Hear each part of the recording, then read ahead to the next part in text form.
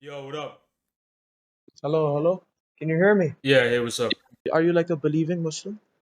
Um, this is a hard question to answer. Let's just say I've regained a and developed a special relation to Islam. That's so much so that I can't say I'm just an atheist. I see. I do identify as a Muslim. Yeah, fundamentally I do. I do. But in terms of being a good Muslim who follows the precepts of the religion in an orthodox way, no, obviously not. But I do identify as a Muslim. Yeah, 100%. Yeah, but like in not any dogmatic or binding way, I'm assuming.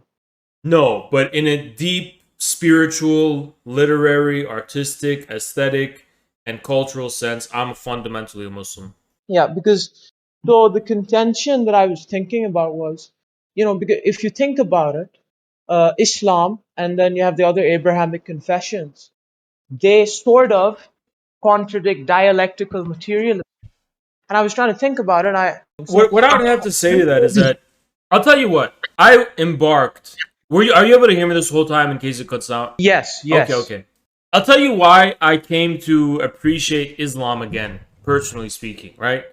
Obviously, my Muslim background is a huge factor, so I can't discount that and say that it's just completely. I wanted to reevaluate and study Marx's views on religion, which were so important for the development of Marxism. The context of the young Hegelian rejection of religion in general, right? And to me, what became very obvious to me was speaking about the whole thrust of Marx's humanism in general and the development of dialectical materialism as such was that at the time within 19th century Europe, because of the peculiar development of Western Christianity, as well as the development of European culture, there came to be this association between Christianity and this kind of spirit. So Christianity was associated with the sphere of thought, philosophy, statehood, and spirituality, and higher things. And that was contrasted to the secular and material world, which was associated with Judaism and Jewish people, because in the Old Testament is when God creates the world. So he goes about the muddy business of, making the dirt in the world and the earth and forming it. And he's, and then later on with Christianity, Marx calls it the sublime thought of Judaism, right? It becomes spiritual. And for Marx, these are different forms of the estrangement of one humanity. So for Marx, basically, he's saying humanity is isolating the material aspect of itself and divorcing itself from itself. On the other hand, it's isolating the spiritual aspect of itself in the form of religion and also isolating itself from itself. So then we get to a paradox when Marx writes about the Jewish question. And when Marx writes about the Jewish question, why it is that in Europe, there is a Jewish question in Europe, at the 19th century Europe, like after we're secularizing and we're Christians dealing with we're secular progressives dealing with this Christian state. What about Jewish people? Like, what is their stat? Like, Jewish people, for example, don't have any religious rights recognized, and the state is inherently Christian. And Marx is responding to a guy. His name is, I can't believe I forgot this, Bruno Bar. So please, yeah, sorry guys, take points away from me if I forgot this. If I got that wrong, Bruno Bar. Mhm. He's responding to him because Bruno Bar is basically saying, why are Jews protesting against the Christian state when even we, atheist, progressive, whatever people, even we don't have rights in this Christian state? Why are, like, what is this peculiar thing about them that makes them so, different and so special or whatever, right? I guess that was kind of the idea. So when Marx is responding to this, Marx basically comes to the conclusion that and he basically foresees European. He basically like anticipates European anti-Semitism and all this kind of stuff. He basically says that in Marx's view, I don't think it's necessarily correct, right? I've talked to Jewish religious people as well who don't agree with Marx here, but he's speaking something true for his time, right? Which is not so much about the Jewish religion or Jewish people, but about the development of his own philosophy. And for him, the Christian state, on the one hand, because it has a worldly incarnation, is inherently hypocritical, right? It pretends to be spiritual and religious and fundamentally, about religion, but on the other hand, it has to concern itself with the material realities of statehood, thereby desecrating both this function of statehood and Christianity Yeah. as a religion, as what Marx said. It profanes both, basically, right? The Christian state profanes both. This is Marx's view. And then he says, in the case of the Jewish people, I'm sorry, I didn't really remember the whole text in order, but he's basically saying that Judaism is targeted or has a special condition because it is the religion of material humanity. It's the religion of real humanity, not imagined humanity, but the real state of humanity here and now. All of the anti-Semitic tropes associated with Jewish people, like huckstering and being merchants who are greedy and doing everything for money. He's saying this is what our world today is about, right? Where the Christian state is hypocritical, this is just honesty. It's Marx's view. Obviously, there's like a kind of anti-Semitic, problematic, whatever association, but the fundamental point is that in Marx's understanding of religion, he sees it as the contradiction between the spiritual and the temporal, the world, the heavenly, and the secular, the head and the body, and the spirit and the matter, right? Yeah. So, if Marx was a materialist, does that mean he goes about by saying, okay, let's just reject all the spirituality and reject all of the holy aspect and just go to the material because that's the only thing that's real? Well, no, because for Marx, that would be defaulting into what you would call vulgar French materialism, right? Yes. Which is precisely not dialectical materialism. It was the one-sided French materialism which rejected that matter, so to speak, was internally inconsistent and was contradictory.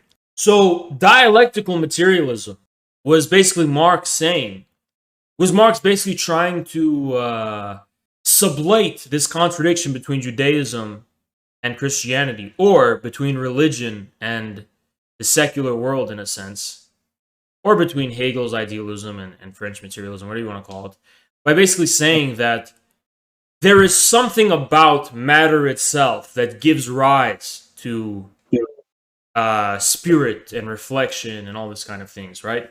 These themselves attest to some deeper truth at the heart of material being itself, which Marx identifies as humanity itself. Now, to me, what was so peculiar about this is, on the one hand, it's not, it's neither Christianity nor Judaism, basically, right? And as I continue to study Islam while reevaluating this newfound understanding of Marx, what if Marx was just converting to Islam, basically, right? Because this is the Islamic view. The Islamic view is one of dialectical materialism, more or less. The Islamic view is that matter, and you can replace matter with the word essence because they mean the same thing.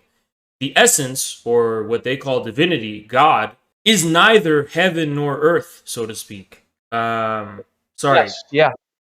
Or let's say the human being cannot only focus on heaven or earth. The human being is some kind of dialectical unity of both from the Islamic perspective, right? And the essence, this is what I wanted to get to. The essence of humanity is the divine creation, right? It comes from the divine. That's the essence of humanity. Well, if for Marx, what is the essence of humanity, right? Because Marx talks about humanity as the essence of man, right? But what actually is that? Well, this is where things can get open-ended if you have a non-dogmatic view.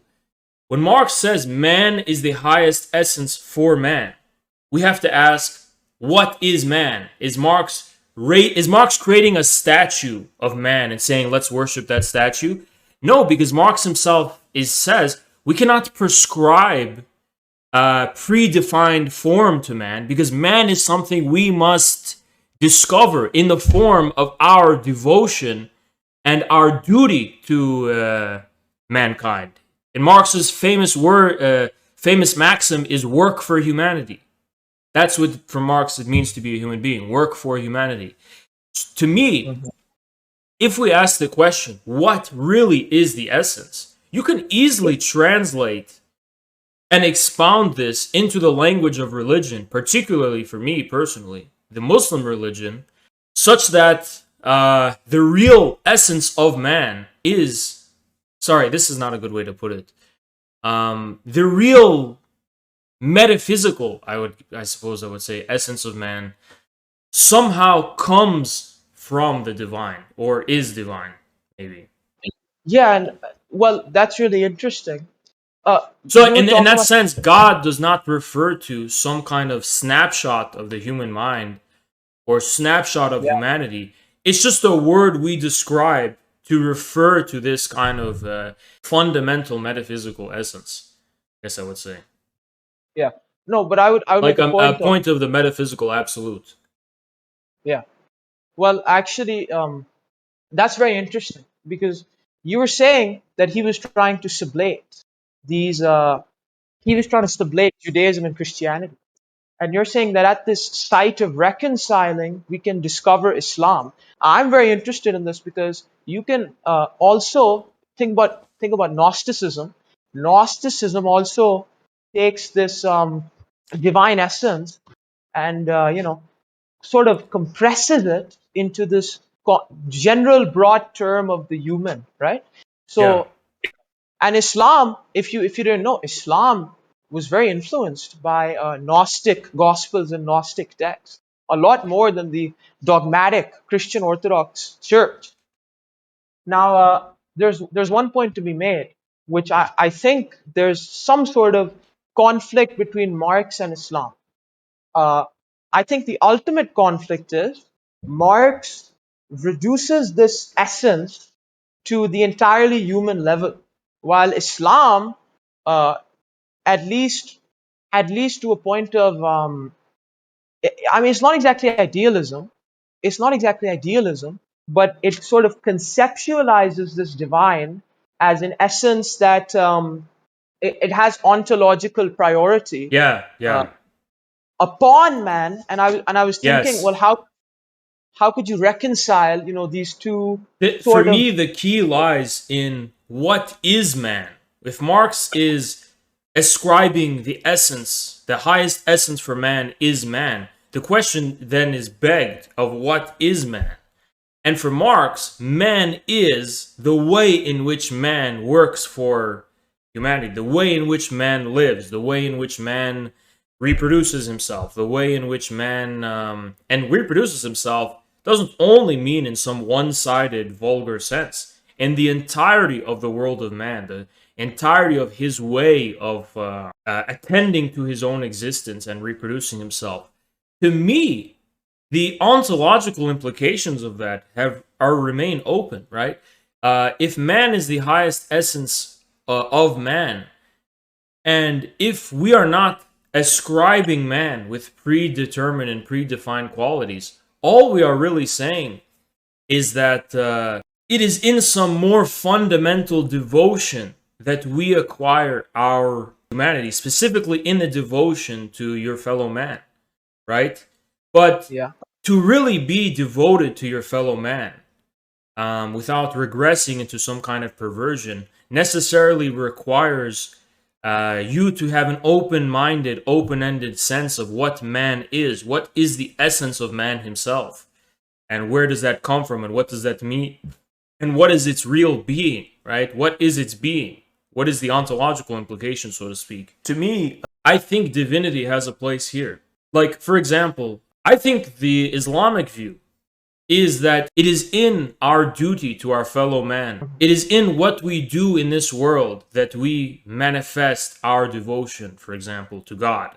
Yes, that's Our definite. reverence and our worship and we do take time set outside of the daily business of attending to this world to devote strictly to God in the form of prayer and in the form of the religious prescriptions and duties. But to me, what if these merely are ways of attending to the excess that inevitably arises in this world of humanity that demands us to reflect upon and recall our own basically meaning, so to speak, right?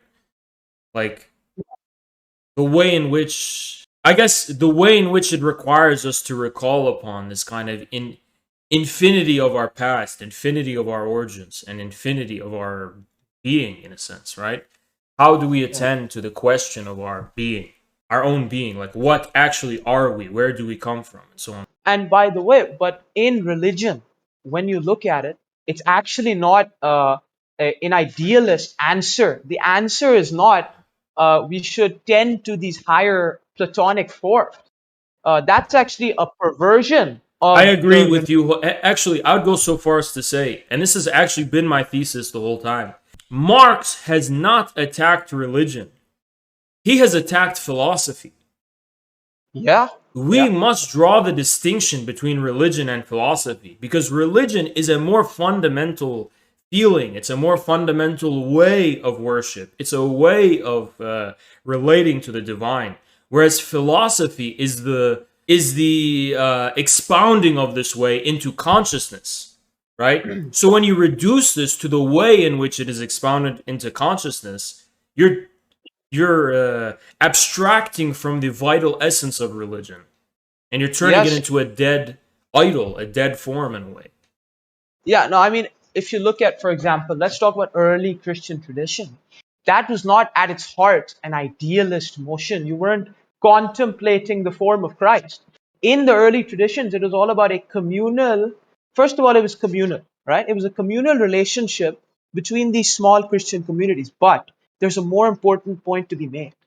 When Christ, the incarnation of God, the incarnation of the Godhead upon man, dies upon the cross, I think for the early Christians, it's not a matter of this ideal point of sacrifice has been, released onto the world, but rather the suffering of material subsistence and the divine essence have sublated in this moment of pure in this moment of pure suffering, in this, To me, it seems vulgar to equate the material with the divine, which is my basic view. Materiality must be understood as divinity. But here's why I say this. What does material mean? The material is ultimately about the real, the essence, right? That's what the content, the real essence, the real reality, basically, behind the form. The form is ephemeral. The form is temporal. The form is what is transient. It's the essence that is the real thing behind this, right? Material is the same thing as essence. Now, what has happened in the history of Western philosophy is that the material has been confused with the substance. Now, the word substance in Western philosophy, it comes from Spinoza, the philosopher Spinoza. For Spinoza, the substance is a materiality already latent with a form. So this is what most people mean by material. When many religious scholars and religious thinkers say the material world, they mean the substantial world. Because by material, they are not referring to like this kind of the real, right? They're not referring to this kind of mystical, real, and whatever. They're referring to a material always, already, and undialectically latent with form, or given with form. They're referring to a material already given form. But material is really material. It is really the materiality of form, right? It's not a form itself. It's the material of the form. When you're referring to something material, you're not referring to like some ultimate form or ultimate substance. You're referring to something that is necessarily indescribable on the terms of form. That's why it's material. So to me, that's really the same as divinity in a sense. Even in the Islamic sense, especially even in the Islamic sense of divinity, because in Islam very specifically is the monotheism according to which to me the beauty of Islam, to me, this is really why I'm a Muslim. And I think this is why I'm a Muslim. Maybe it's just because my background and I have that bias, but this is really what reminds me of why I'm a Muslim. To me, at the same time that Islam rejects any ascription of absolute supremacy of any kind of form, in the form of an idol or a depiction of God or anything like that, Islam still retains this view, in contrast, to the extent of my knowledge, I could be wrong, in contrast to Judaism, according to which this world and all of the beauty of this world and all of the forms within this world don't exist, are the very manifestations, in a way, of the divine in the form of creation. Like, this is where we possess some kind of connection. This is what reminds us of the divine. This is where we possess some kind of connection to the divine. And almost like, in a sense, divinity flourishes through the form, while at the same time being irreducible to it. You're saying that's pertaining to the form. To the various forms, right? Of the natural forms or even the human forms. Like, these things remind us of the, what would be the correct word? The grace and sublimity of God, basically. Mercy, that's the only good word. Yeah, I mean, to me, other religions still retain a distinction between, like, God is necessarily withdrawn from the world, and more or less, after he's done creating the world, he's just kind of indifferent to it, right? And he's not really, like, in this world with us in any kind of way.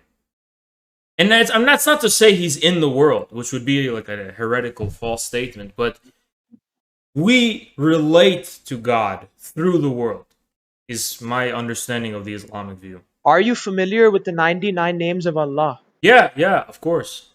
So, okay, so you just said, you just raised a very interesting point. Because when the scholars spoke of the 99 names, they came to this you could say almost a dialectical conflict where the description of God's nature was directly present in the world. And so the scholars said, well, wait a second, God is not in the world. How does his nature exist in this world? Well, the response after a lot of deliberation was that, well, actually, it's not that God's nature is in this world, but the form of God's nature exists within this world only to, in a way, qualify the divine. The form of God's nature exists in this world, what corresponds, right? Precisely. It's precise. And the 99 names are one of the biggest reasons I even brought up the example, because it's one of the best examples of what I'm trying to talk about. The French thinker Jacques Lacan, he had a word for this that would make sense to Americans, basically, right? It's called the nonall. And it's coming from Marx, by the way, a dialectical view. The nonall basically is, it's not a part of it, but it's all of it at the same time. That makes sense. Yeah. I love Lacan, and I really like that idea of Lacan. And I To think me, the Islamic God is, in a sense, non-all in that sense. Yeah, he is. He is in a sense not all, because the 99 names, though they do not possess the fullness, actually they somehow correspond entirely to God. If you Yes, understand precisely that. We Muslims do not say there's a secret form that, a secret name that's out there that we just don't know. Yeah. The reason we have to say there's 99 of them is because when you name God, you are doing so within this world. And thereby God is acquiring, the form of God is acquiring an existence in this world. Yeah. And these forms are infinite. Yeah, exactly. It's demonstrating the relationship, the dialectical, even dialectical materialist relationship between content and form. What is the essential conflict in the dialect? The essential conflict in the dialectic is we have these dual, opposing, contradictory objects, right? And then, but the contradiction is in a sense the thing, right? Yeah, yeah. You know, So this is why also, and this is also another sense in which, for me, my being a Muslim is an indispensable part of being a Marxist-Leninist. Without Islam, my Marxism-Leninism has no object, right? mhm, It's because to me, it's very clear to me that when I, through the past few years, have made these connections and discovered these things, it became clear that we live in a pre-Muslim world, in a sense. Like, our world has not yet drawn out the consequences Islam has for humanity, for modern, for I should say, for modernity, I should say. And it has changed my perspective on modernity as a whole and Islam's place within it. To me, it's a matter of a kind of lost modernity and a lost enlightenment, which again began with my investigation of Marx's Jewish question, his work, The Jewish Question. As I was looking for answers to understand Islam from a Marxist perspective. And to me, both the West, as well as the Muslim world at large, have not awakened to this kind of new religious era of Islam.